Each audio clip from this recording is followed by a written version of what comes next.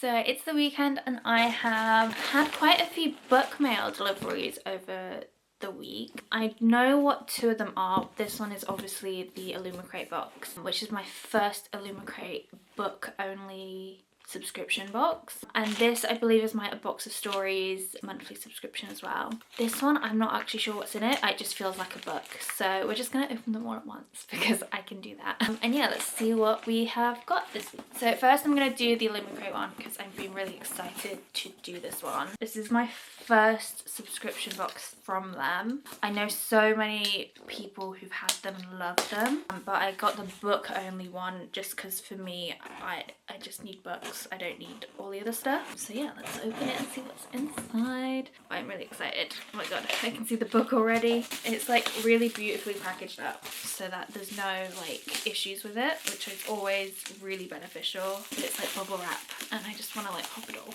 Oh, I can't pop it properly. Oh, anyway, let's get back into it. I don't know if you can tell already. I can already see what the book is on my side, but this is, god, okay. So the book for this month is Until We Shatter by Kate Dillon. I actually already have an edition on my Kindle that I've started reading, so I'm really excited to read this. Look at the beautiful cover on that. And then there's a gorgeous sprayed edge too. And if you want to pause and read what that says, please do. We also have, let me just take the cover straight off. Let me quickly read the blurb for you guys as well. So the blurb for Until We Shatter is, no matter where she goes, Kemi's life is under threat. The church would see her killed for having any magic. The Council of Shades wants her dead for not having enough. So when her mother falls ill, Kemi has no choice but to turn thief. And when she's offered a job that could solve all their problems, it's impossible to resist. The catch, Kemi will have to work with Chase, beautiful, dangerous, and full of secrets, to steal a powerful relic the church has hidden within a deadly realm of shadows. If she succeeds, Kemi will finally be safe, but if she's caught, she risks igniting a spark that could destroy the city and everyone inside. It's a action-packed epic heist fantasy, perfect for fans of Six of Crows, Master of One, and Bone Crier's Dawn. And yeah, it's just a really beautiful cover for the beautiful book. And I also wanted to show you the hardcover artwork. I think you can see that the light's maybe on it a little bit. And then, yeah, it matches perfectly with the sprayed edges, of course, and the back cover as well. It also has some stunning inside artwork. Oh no, I can't get the other side. And yeah. And then the artwork, I feel like I read, it told me where they were from. Let me find it. Oh, maybe. Oh yeah, here we go. And then the beautiful artwork has been done by, the cover illustration was Jeff Langevin, and the cover design by Natalie Chen. The case illustration was Megan Weirwooden. I don't know if I'm pronouncing that correctly. And the end paper illustrations was Andrea Barrett. So multiple beautiful artists have been working on this, which is really brilliant, and just stunning artwork throughout. I'm really excited to kind of jump into this. I especially can't wait to see this on my shelves with some of the other fantasy books I've had recently.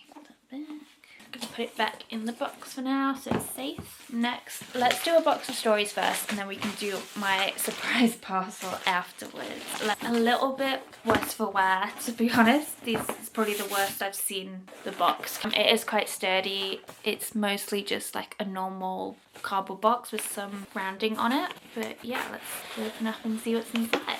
Okay, so my Box of Stories subscription is, I got the Sci-Fi and Fantasy box. I get it every month and I pick 4 books a month. I believe this month I have an extra surprise book because it's my 3rd month subscription and I do pay for this myself. This is not an ad, etc, etc. You also nearly always get like a little postcard or a bookmark, which is always very cute. But yeah, let's go through each of the books. They're always surprise books. I never know what's going to be in them. Basically, it's, let me read all the actual numbers. 77 million books are destroyed in the UK every year, and 83% of those are pulped before they have ever been read by anyone. So this subscription is basically to save those books from being kind of pulped and never read. They take books that maybe didn't sell well, or maybe just didn't get the marketing they needed and just didn't get into the hands of readers, and they send them out in a subscription based on what kind of genres you like, and then obviously they get put into hands of readers who like them, and you can pick the every other month, etc. And you can also pick a few different genres and how many books you want. So I pick 4 because I read quite a lot. You could probably pick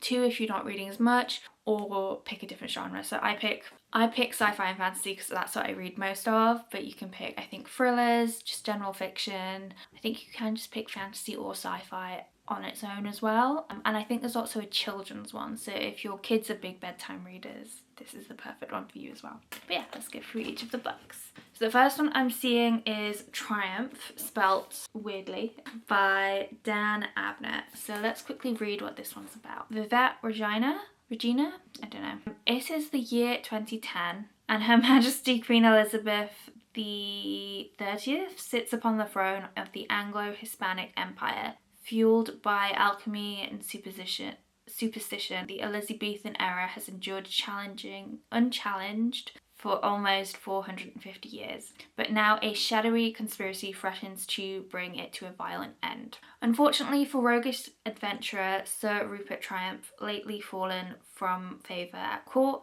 he makes the perfect scapegoat. If Triumph is to uncover the plot, save the Queen and clear his name, he'll need all his wit, skill and charm, and every tool in his magical Swiss Army knife, even the nail buffer. So yeah, this seems like it's a really fun kind of comedy-centric book. It's obviously a what if the Elizabethan era didn't end. I said Queen Elizabeth the 30th, but I might actually be wrong. But it's basically the 3 Roman numerals X, which I might be remembering wrong, but I think that means 10, so that would be 30, but I don't know. Please do correct me in the comments. My brain is not well this week because of migraines.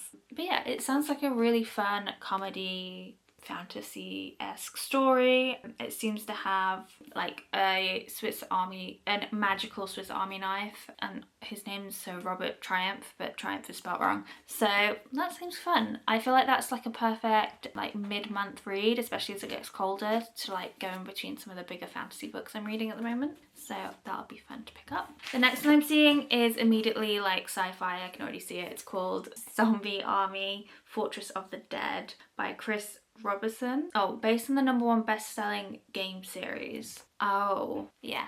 So this is based on Zombie Army, a game by Rebellion Publishing, who do multiple games, I believe. But yeah, this is just a short story from that. Let me quickly read the blurb. Hitler is gone, Plan Z is defeated, but the dead still walk. Jun, a dead hunter and a damn good one, for her patrolling northern Italy with Sergeant Josiah and his elite squad. Eradicating zombies and searching for survivors is nothing new. When the squad encounters a group of refugees being relentlessly pursued by the dead, they uncover a new threat. A secret Alpine redoubt stuffed with SS and Hitler Youth, who have seemingly gained control over the dead. The race is on, neutralize the Nazi menace, destroy the secret base, and stem the tide of dead, or lose Europe to an unstoppable zombie army. World War II is over, but the dead war is just beginning. So, I'm not a big zombie book person, so I'm actually not finding this too enticing. And the secondary thing is, I'm not a huge fan of video game books or books based on video games, purely because I work in video games, so it feels like I'm doing work when I'm reading them. So I think for this one I might not read this one. It is really short, so I might try reading it, but I think this one might be going into work with me and someone else might be picking this one up instead, because it's just not my taste. But if it is your taste, I think if you like zombies, this is a great short read, definitely. Okay, then the next one is 25 to Life by R.W.W. Green. Sorry, I wanted to say WWE. It's just automatic by now. But yeah, this is the cover. I cannot tell what it is on the cover at all, so let's read the blurb. Okay, I've read 2 words of the blurb and I'm like, yeah, this is sci-fi. You'll understand in about 2 seconds. Julie's best friend just left on a generation ship to Proxima Centauri, so yeah, sci-fi, leaving Julie and 9 billion others to die slowly on Earth. Now overeducated and underemployed, Julie faces the prospect of spending the rest of her life in VR, ignoring the dying world around her. Packing a bag and fleeing into the night illegally, she doesn't hit an age of majority until she's 25. Julie picks something that isn't on the menu. The Volksgeist, a loose-knit culture of never-do-wells, artists, senior citizens, tramps and hobos who have elected to ride out the end in their campers and converted vans, constantly on the move over the back roads of America. It's there she meets Ranger and discovers the world might still have some things left in it to see. It's a road trip novel that starts at the end of the world. So yeah, this is definitely sci-fi dystopian, but we're not going into space because Julie is stuck on Earth. So that actually sounds really interesting. I feel like normally you'd be following Julie's best friend into space rather than following Julie. So I'm actually quite excited to read this one. And again, it seems like quite a small book, or it's probably because I'm reading so many epic 600-page sci-fi novels. Yeah, it's 316 pages. So yeah, I could probably read that this month as well. So I'm excited to get to that. And then the next two books, I don't actually know if there's just like if it's a random extra book or it's a specific one that's extra. I don't know. But in your third month, when you get a box of stories, you get an extra book on top of your other subscription. This is one of those books that I'm comparing these against, where I'm saying like it's not that big. It's because most of my books are more this thickness at the moment. So I'm already a little bit scared of this one. But this is called The Last Blade Priest by W.P. Wiles. And I really love the cover of this one actually, so let's show that off a little bit more. Stunning. Free between the old and new, free below the mountain. The priest trained to kill for God, now fighting for survival in a religion tearing itself apart. The builder, son to a traitor, now ordered to spy on those who overthrew his land. And the child, protected, lied to, now learning the truth. In a harsh highland,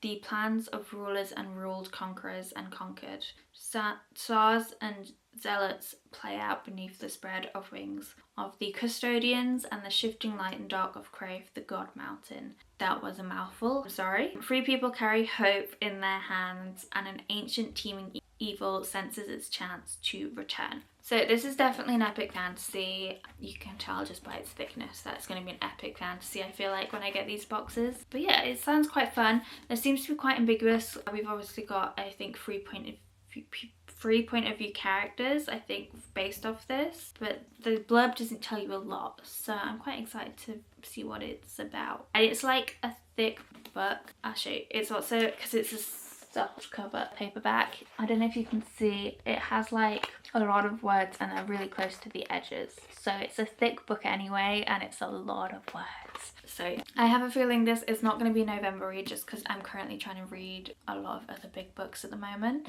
but it might go on my December read list, as that will probably be a bit quiet month at work as well, so I'll have more time to read, especially over the holiday period, so this is for then. And then the fifth and final book from my box of stories is, this is immediately, I can tell from the front, it is another sci-fi book. And it's called Version Zero by David Yoon. I've not heard of this book, and this is also a hardback, which I always love getting in these boxes because you can never have enough hardbacks. But yeah, let me read the blurb for you. Sometimes you have to break the world in order to fix it.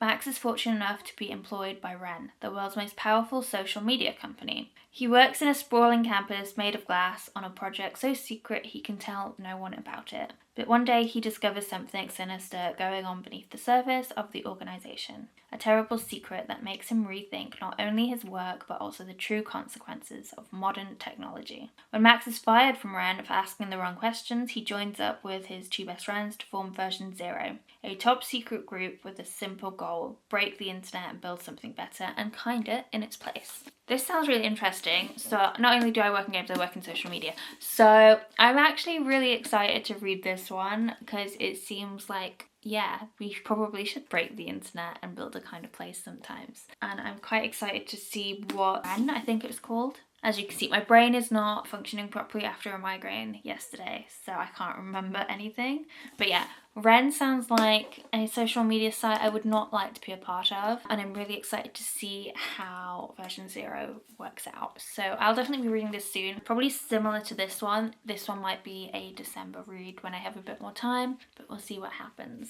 So yeah, out of 5 books, wanting to read 4 of them I think is pretty good, and the only one I didn't want to read, I think because it's so related to my work, I can probably get rid of this at work get rid of it, give it away. Someone will want to read this at work, so I'm not feeling too bad about that. And yeah, it's only a small book anyway, so if I did need something to read, slip in my bag, I have it. And then I'm just gonna pop all of these back in the box. It's similar to the other one, just have them all in one place.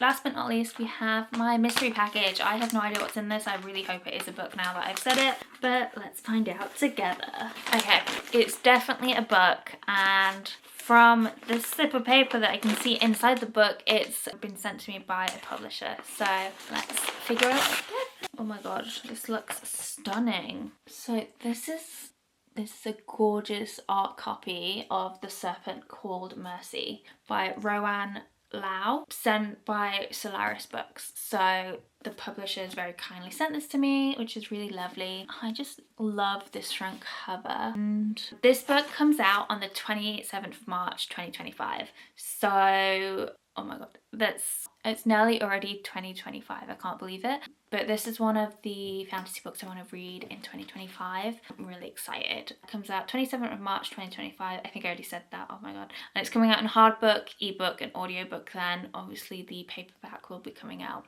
probably a bit after that.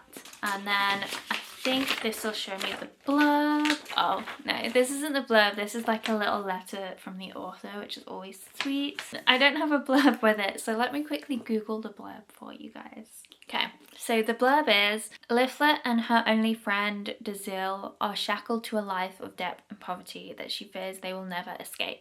Desperate for money, they sign up as conquestors, arena combatants who fight sun-cursed beasts in the seedy underworld of the city. So these must be the sun beasts here. That's quite cute. Well, they look cute from afar. Probably wouldn't go up against them. Matchmaker Dophilis is initially enamoured of Dazil's brawling reputation, but after seeing Liflet lead the pair to triumph with her quick cunning, he takes her under his wing, scorning Dazil. Ambition takes root in Liflet's heart as a life of fame and wealth unfolds in her imagination, but Liflet isn't the only one out for coin and glory. And she soon finds herself playing an entirely different game, a game of politics and deception. As the cost of her ambition grows, she will have to decide if sacrificing her honour and only friendship is worth the chance to shape her own fortune. So, straight up, I don't know if I pronounced any of those names correctly, but it's kind of like a gladiator-esque style combat arena with these creatures, and our characters are probably having to go against each other and these, and like be a bit more ambitious to try and survive in this world. So yeah, I'm really excited to read it. It feels very like down my street. There's like magical creatures, there's like good friendships, and there's like that weird mentor relationship that's probably not going to be a good one because he's probably not that great. That's me assuming. I don't know if that is the case, but yeah, I'm really excited to read this and I will let you guys know what I think. So yeah, I think 7 books in a week's not too bad, but I'm really excited to read so many of these books, and I hope if you've read any of these books before, do let me know what you think of them, especially the Box of Stories. I always love seeing if anyone I know has picked up those books because obviously we kind of saved them from being pulped. So yeah, let me know if you have read them, or let me know if you want to read them. Obviously these books are probably still being sold in stores and stuff, so you can always pick them up too. And yeah, let me know what you think, and I'll see you again in the next video.